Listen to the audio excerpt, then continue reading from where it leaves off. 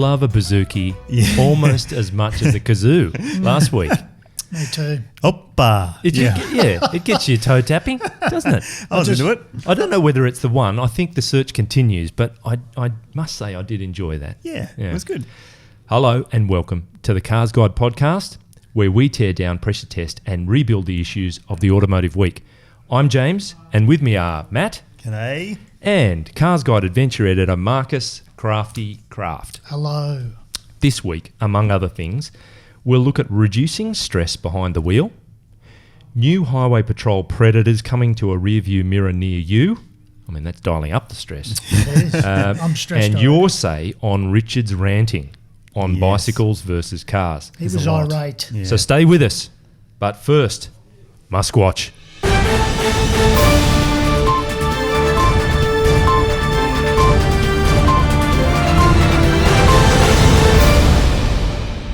So Elon's not only struggling when it comes to delivery of the Tesla Model 3, the Boring Company, which he's also involved with, tunnels, vehicles, underground, Los Angeles, whole world, world domination. Rich people tunnels, is encountering delivery challenges with the $500 flamethrower that it pre-sold to 20,000 people in February, primarily because propane.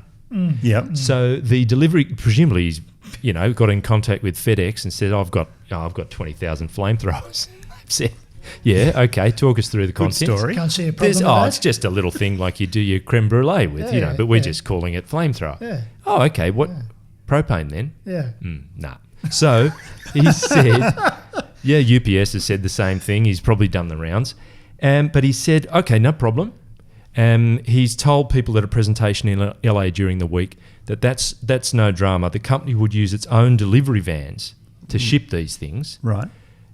I didn't know that the Boring Company had a mass fleet of delivery vans, but Does it? Apparently it must because it's going to get these flamethrowers out there. Right. So that sounds totally quick and easy. As though that's a great So it's never going to happen. It's a great fix for that problem. Yeah. So if I paid my $500, I'd be on tenterhooks just waiting to see if I actually get one. Like a Model 3 buyer, I guess. Yeah. So Crazy Elon also says that these giant super bricks allowing you to, quote, create the pyramids and other world wonders in your backyard won't be far behind.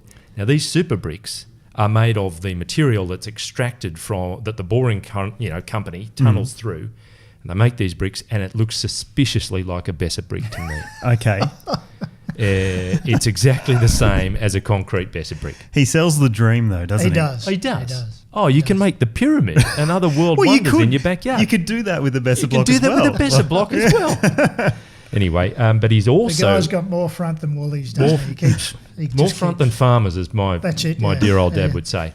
Elon has also released pics on Twitter, where else, of the SpaceX Human Transport Pod. Right. So this is the SpaceX Crew Dragon ship, and it's in an anoic chamber for EMI testing, which is electromagnetic interference, before being sent to NASA, and they put it into a perfect vacuum to check out how it will go in space.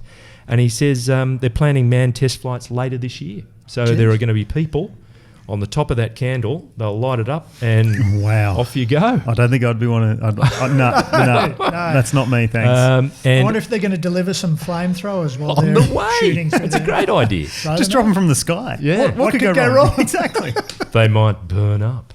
Anyway, the Model 3, once touted as Tesla's US $35,000 electric car for the masses, can now set a buyer back almost $80,000 for the twin-motor performance model. What happened there? And, Matt, you were saying that's something that Crazy E was never going to do. Well, probably in one of his tweets about 2 or 3 years ago when he was talking about Model 3, I remember that this was not going to be a thing. There wasn't going to be a performance version of the Model 3. It was supposed to be the affordable electric car for everyone. For the masses. Yeah, well, the conundrum is, because he's struggling to get the ramp up of volume on Model 3, he needs to get to a critical mass of making the car before he can do the cheap ones. So he needs to make some cream on the flash ones so that he can then start putting out the cheaper ones. Problem is, he's just not getting to that point of building enough cars. So that $35,000 car is a bit like hen's teeth right now. It doesn't exist. Yeah. Yeah, so that'll be a collector's item. Find the $35,000 Model 3. Anyway, the Bloomberg Tesla Model 3 tracker that we've been following is at 3566 this week, That's up. which is actually the highest weekly number so far. Remember, we're heading for a claim of 6,000 by the end of next month. So that's 5 weeks away. But I tell you, the jump between, roughly 3.5 to 6 is smaller than it's been. So watch that space. We'll see. How's it build quality though? Are they? Have we had any reports? Look, there have been other reports that aren't positive, but look, the numbers there, you can't argue. You can't argue with the volume, Crafty. It's Yeah, getting there's a You lot of really big can. it's getting There's a lot of big Macs out there, but that doesn't make it a good thing, mate. So Speaking of a good thing in electric cars are now being presented as less stressful to drive than your typical internal combustion equivalent. A study conducted by the University of York in the UK found that zero-emission vehicles activate positive physiological responses, including a lower heart rate, higher levels of attention, and increased overall happiness. So I don't know how you measure overall happiness. That's a big question. That's got to be one of those push button things at the end, like when you go Where through you're happy? security You or feel something. Do you press the smiley face? Yeah. That made me happy. Are you satisfied? The study used brain caps that are often used in, when people are trying to find out what's going on inside your noggin on London black cab drivers. Now, have you ever met a happy London black cab driver? No, not at all. But I think it's an interesting set of findings because I find that when I drive electric cars, I'm often more focused on what I'm doing in the car than what everyone else is doing around me. So perhaps there's something to that. The fact that you're more focused on, trying to save energy. Okay. And Because you're so stressed out about reaching the next charge point. well, that's one side of it. But yeah, you are more focused on your range anxiety and being gentler on the throttle, and so maybe you're not as maybe. aggressive when you're driving it. Well, I know we've spoken about it before. I'm a big fan of the BMW i3, and I find myself really relaxed. And if you had to ask me, I'm pretty happy when I'm driving that car. It Yeah. does feel good. So Yeah. I'm not exactly sure of the parameters that we use to get these cabbies pushing the smiley face button. I don't know. But there is something to that. Just Do we know how big the study was? it was at least a few people. Two blokes that were having a good weekend. More than one. Definitely more than one. Good. But speaking of battery electric vehicles, the battery part, cobalt, which is a key battery metal, has tripled in price over the last 2 years.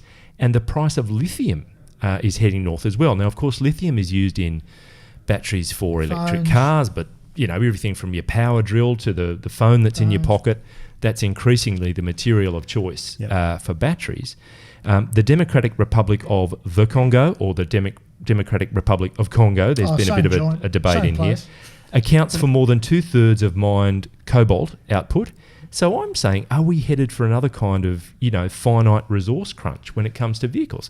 It's not oil this time, it's the pieces that go together to make up a battery. Is it just that humans are an evil lot that chew up the Earth's resources no matter which way they turn? Well, until Uncle Elon comes up with something that'll eradicate any need for natural minerals to be used in battery tech, then it is going to be a finite resource. It's a problem. Fossil fuels are fossil fuels, right? Sure. So you've got to get them from somewhere inside the Earth. Yes. And it just so happens that there was a really nice little piece that's been done on the CNN or BBC, I can't remember what it was, talking about cobalt mining in Congo. And, Oh, wow. And Okay. just how much of an impact it has on the local economy, and how that there are some car manufacturers that can't necessarily attest to where they get their cobalt from. Yes. So that it can involve child employees. Yeah. And there's some video on this piece where they're actually showing kids coming out of the mines with cobalt. And is there any kind of radioactivity? Are there immediate kind of health impacts in you'd imagine handling this stuff? You'd imagine if you're down a hole, then it can't be good for you longer term. Doesn't but also, sound washing away the fine dust and that sort of things, any sort of stuff could be in that. Well, I'm not a doctor, the other but part of that is that lithium, as I understand it, is often extracted from what are generally environmentally sensitive locations. The very nature of the substance is that it's in a watery, almost swampy kind of location. Sometimes not, but often it is. So there's that as well. But Bloomberg's new energy finance analysts say that EVs are forecast to achieve cost parity with gasoline engine models in the mid-2020s, and by 2040 will account for a third of the global vehicle fleet. So it's going to be coming a crunch point. Of course, there'll be a new technology development that maybe sends things in a different direction. But if everybody starts plugging in their zero-emission vehicles into the wall or some other socket, we're going to have to beef up our electric infrastructure. You know, a wholesale adoption of zero-emission vehicles has implications, domino effect right down the line. Yeah, I think there's going to have to be a package deal thing where if you buy a car, you get a solar array included or something like that, or a wind farm out the back of your house. And you've said many times, Crafty, if you're in the back of Beyond, it's not always easy to find a recharge station. No, not at all. And I mean, as you guys say, the march continues on. I mean, sure, the technology is improving, but you need the infrastructure around that to make it an experience everyone can take part in. So I mean, there's plenty of solar energy in the Simpson, but you'd need a lot of it to charge up your car, I'd imagine, on current tech. Yeah. So it's an interesting question all round. But speaking of charges, the New South Wales Police has confirmed adoption of, after a pretty fraught, not fraught, but a long process, that they now adopted the Chrysler 300 SRT Core and the BMW 530D, so a 5 Series diesel in what would roughly equate to an M Sport spec, although it's a police kind of pack. So things like a sunroof doesn't have that. It doesn't have a lot of the flash gear that a more luxury version would have. So for highway patrol duty, and there were close to 20 models that were evaluated, including cars like the Mustang and the Subaru WRX. I think the Mustang was kicked into touch because, well, it's a two-door, but also its ANCAP safety rating wasn't up to snuff. And these cars got it partly because they have their ex-factory kind of law enforcement spec programs where you can just tick a box and out it comes with the electrics and whatever else you need for it to be a police car. So how expect cool to would see that them job soon. be? Sorry, mate. How cool would that job be, evaluating those vehicles? Can imagine they'd get to thrash them around a bit. That's right. It does raise a good question, though. Like, I heard that this was in part due to the fact that they wanted rear-wheel drive cars, because it would mean they didn't have to spend money retraining every person in New South Wales Police Force how to re-drive, because the balance is different, the way it steers, the way that it will perform. Exactly. Yeah. Our man on the ground, Tim Robbo Robson, has some good contacts, and he's the one who's written this most recent story for us, which is on carsguide.com.au. And that's a factor, according to Tim, that it fits into their protocols in terms of training, the whole way they drive the cars, and it just makes life a lot easier on that score alone. But then I look at that and I go, so Chrysler 300. I haven't heard anything about a replacement model for that car. So they could be throwing their money down the same drain there. Well, then they'll evaluate another 20 cars in a couple of years' time. And the way the premium cars are going, then they're all going all-wheel drive typically. Yeah. So that sort of... Well, by then, Crafty will be a rear-wheel drive vehicle evaluator for New South Wales Police and enjoying his time in the service. It's a good job title. It's not bad. Rear-wheel drive vehicle evaluator. Well, look, it's been a big week for our friends at Winton. Australian performance drivers love their cars, and the performance car they love the most is the one that's done it all. From the Mount Panorama Winners Circle to your driveway, all roads lead to Winton. The 2018 Winton Turbo now features an even more potent version of the powerhouse Redback 2-stroke V9 Turbo, backed up by the latest generation version of our patented Torque Tumbler transmission technology. Once you eye it and try it, we guarantee you'll buy it. Australia's Winton Turbo. Inspiration is standard. Torque Tumbler transmission available at extra cost. Wheels and tyres sold separately. Batteries not included. Consult your Winton dealer for final pricing.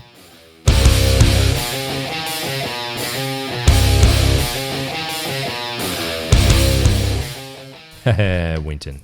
Good on them. Those guys. Look, good on them. It poses yet again, and I think this is our 35th podcast. Where's Frosty? Frosty Chops, Head of Corporate and Government Relations for the Winton Motor Company, a good friend of the show. Of course, he was at Winton on the weekend just gone to witness Fabian Coulthard's victory for DJR Team Penske. at last weekend's Supercars round. So he's hung around. Word on the street is Winton's about to ink a 10-year extension of its Supercars agreement. They go out to 2019, but this could be 10 years from now. Good And news. you can guess who's working the angles on that negotiation. You know, it That bloke. could mean big upgrades for the track and the town. You know, this Of is course. big news for Winton, and Frosty's right there in the centre of it. But wasn't part of his bargaining thing that he wanted every round of Supercars to be there? That's true. Unprecedented. Yeah. Well- but I like his, his There's the possibility He's gutsy. you didn't hear it here, but there's the possibility of Winton pace cars and emergency vehicles, the whole bit. But that'll all come out in the wash. But How good's Frosty's that? right there in the thick of it. means a lot of money for the town. Hey, they'll finally get that ice skating rink that they've always wanted.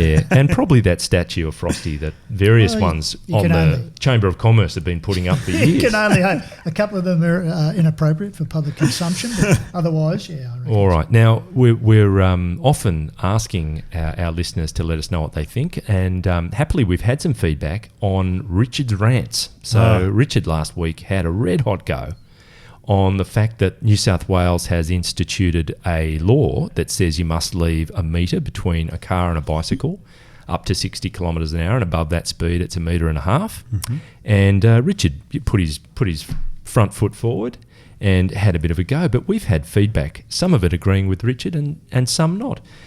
Matthew Whitehead, thank you very much for your feedback. True colours are showing, Richard Berry, most disappointing bias. So he's a cyclist. Must be. I presume He's so. big on cycling. Could be. He's probably got Likes some a good Leica ride. in his cupboard. Yep, maybe. James Stevenson says, Richard, I agree on cyclists off the road. I'm currently a red P-plater and I do not feel safe when passing them due to the focus I have to attribute to enforcing the metre limit while ensuring I'm obeying other road rules. It's just a hassle and most of them don't even use bike lanes when available.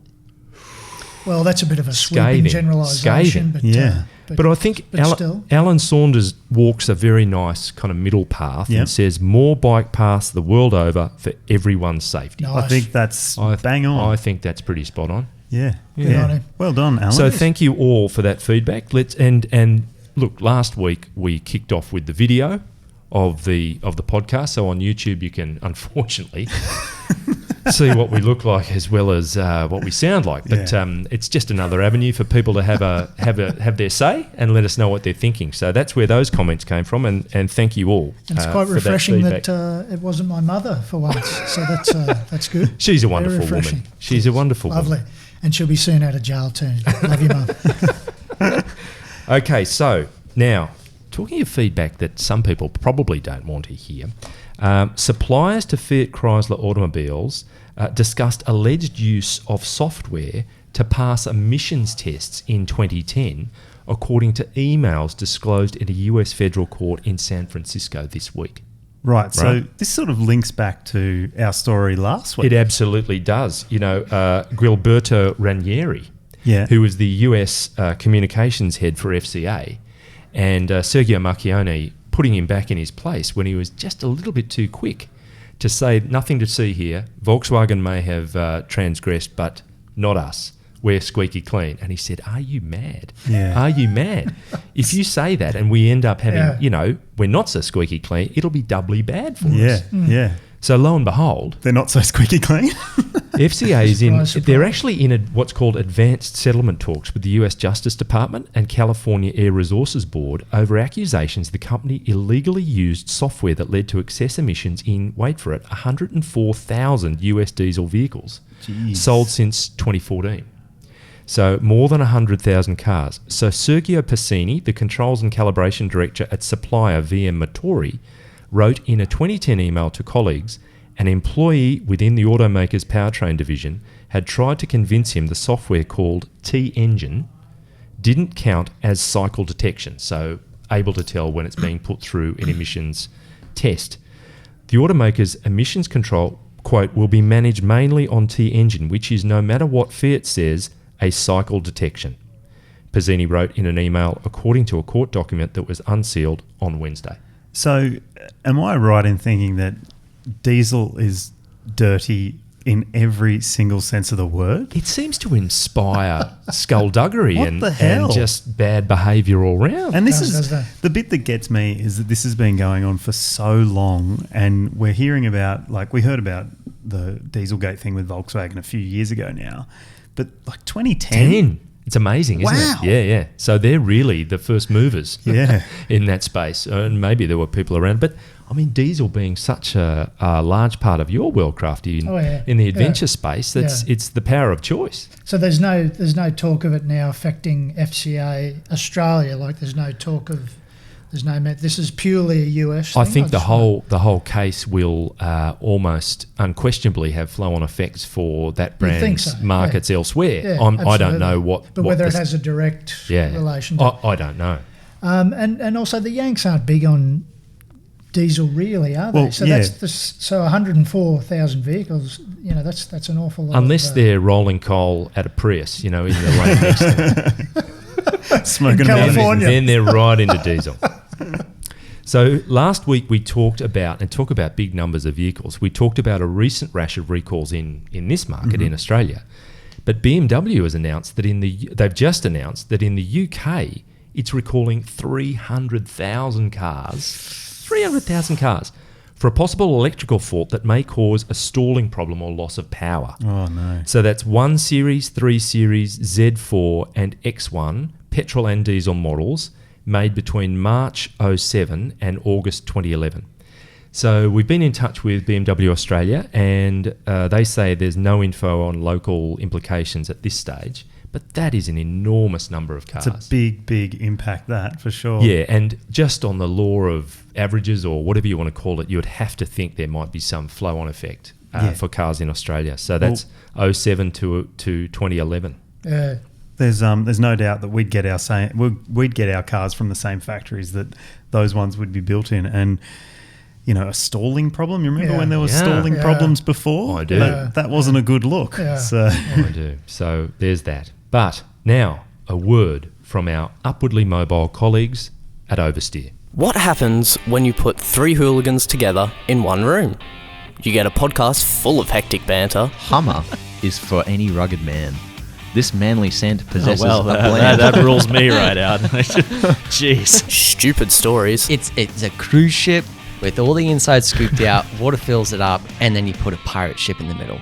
It's nothing more gangster than a ship in a ship. You're an idiot. And some discussion about cars. So we've got the K cars as well. What do you guys think? There's this new Honda Sports concept there. I think it looks so cool. It does look a bit funky, mate. The Oversteer Podcast on the Cars Guide website, iTunes, and where all good podcasts are sold. now Richard's not here to Richard's say, not I here. hate those guys. God, I hate those guys. They've got some nerve. They've got some nerve. It's a bit harsh. but- Fortunately, Crafty's taken up the baton. He hates and them as is well. having a go. Oh, hate's a strong word. Yes. Or now motor shows. Even the big ones are seemingly on a slippery slope. They're a thing of the past in Australia for a long time now. Yep. I want to say 2012 or 13 was the Thereabouts, last time. yeah. They do pretty swiftly, yeah. At least Going 5 downhill. years since there's been a motor show in either Sydney, Melbourne, other cities around the country. But Paris this year, and that's a big motor show. Alternate years with Frankfurt as Europe's biggest motor show. Paris this year will be minus Ford, Opel, Volvo, Nissan, Infiniti, and now, as I've just announced, Volkswagen.